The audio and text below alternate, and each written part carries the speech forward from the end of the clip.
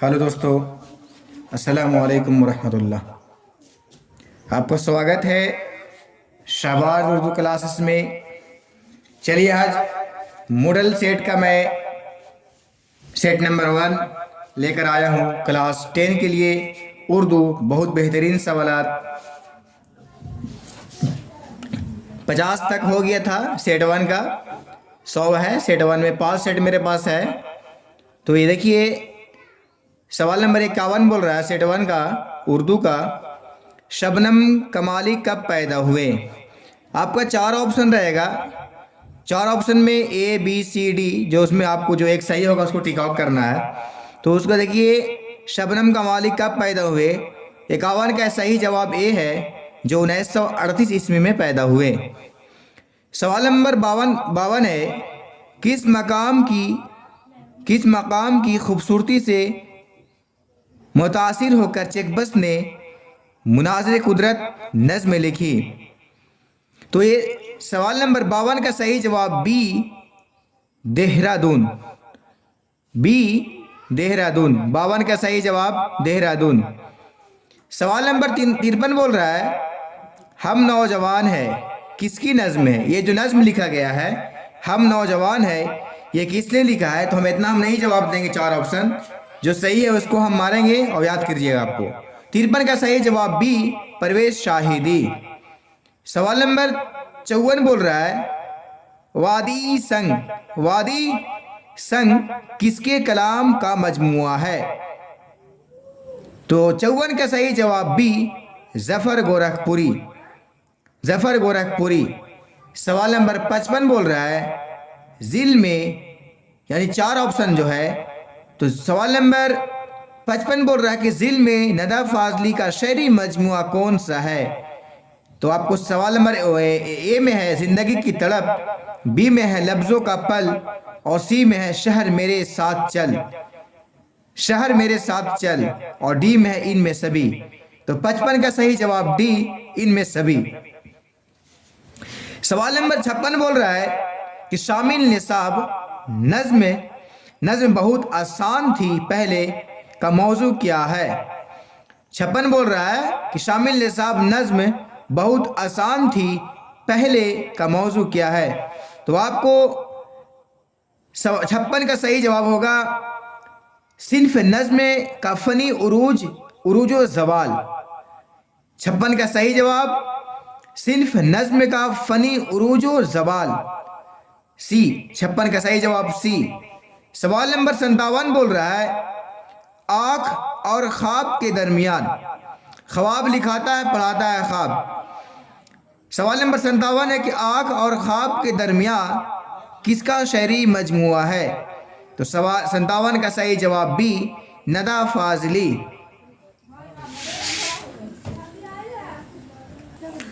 सवाल नंबर 58 बोल रहा है कि मुसहफ़ी का पूरा नाम क्या था। तो सवाल नंबर 58 का सही जवाब सी गुलाम हमदानी मुसहफ़ी।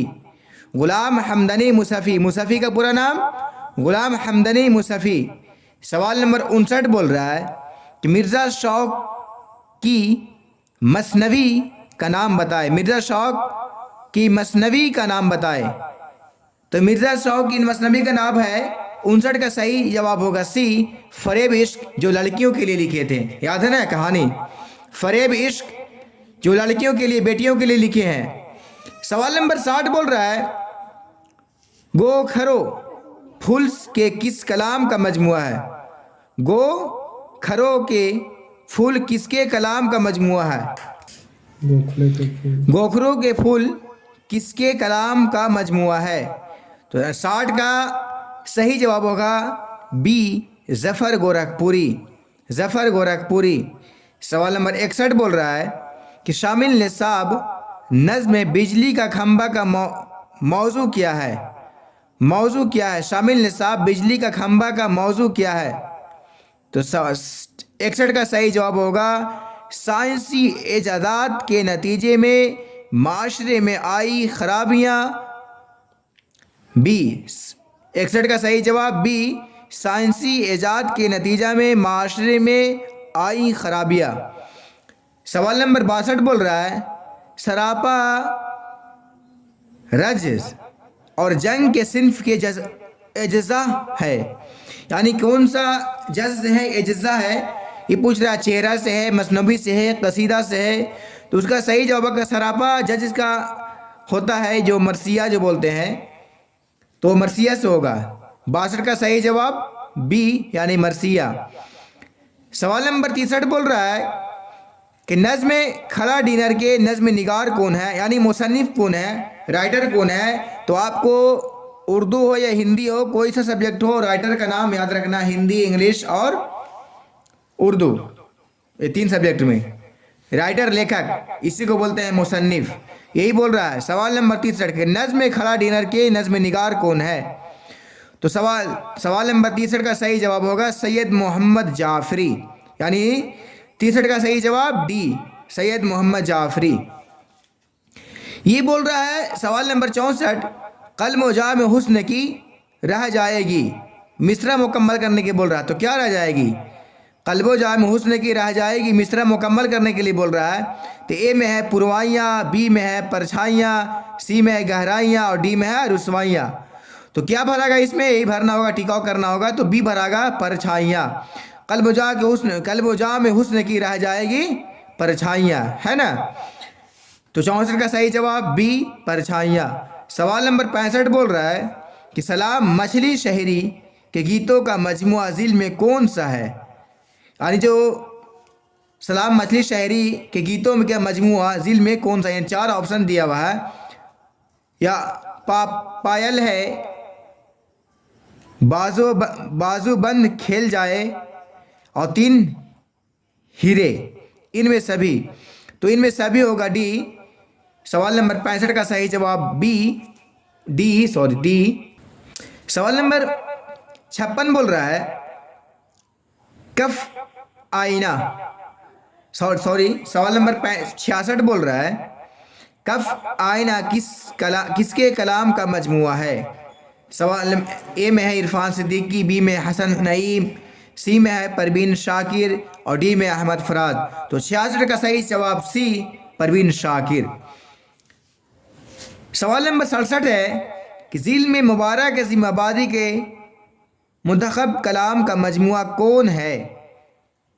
अज़ीम आबादी के मुंतखब कलाम का मजमुआ कौन सा है। तो 67 में है, नंबर ए में है जलवाए दाग, बी में है ए में है जलवाए मुबारक और बी में है जलवाए दाग और सी में है जलवाए परिशा और डी में है इनमें कोई नहीं। तो सवाल नंबर 67 का सही जवाब होगा बी जलवाए दाग। सवाल नंबर 68 बोल रहा है कि अहमद फराज कब पैदा हुए। देखिए सबसे बेहतरीन सवाल बताते हैं कि उर्दू में यानी वफात हो गया और पैदाइश हो गया, इसको याद रखना है, इंशाल्लाह नंबर आपका ऑब्जेक्टिव कहीं नहीं जाएगा। राइटर लेखक और मुसन्निफ ये तो हो गया, साथ साथ पैदाइश और वफात कब हुई और बुक का नाम, बस उर्दू के लिए फिर 90 नंबर आपको कोई रोकना रहा। सवाल नंबर 68 बोल रहा है कि अहमद फराज कब पैदा हुए। तो ए में है 1932 और बी में है 1933 और सी में है 1934 और डी में है 1935। तो 68 का सही जवाब होगा बी 1933। सवाल नंबर 69 बोल रहा है चिराग चश्म तर किसके कलाम का मजमुआ है। चिराग चश्म तर किसके कलाम का मजमुआ, जो शायरी लिखे वो किसने लिखे थे।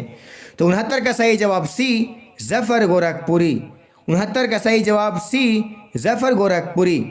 सवाल नंबर 70 बोल रहा है कि शामिल निसाब नज़्म हम नौजवान में नौजवान है कि शायर कौन है। शामिल निसाब नज़्म हम नौजवान है कि शायर कौन है। तो 70 का सही जवाब ए परवेज़ शाहिदी। 70 का सही जवाब ए परवेज़ शाहिदी। सवाल नंबर 71 बोल रहा है कि गोपीनाथ ज़िल में किस अफसाने का मरकज़ी किरदार है।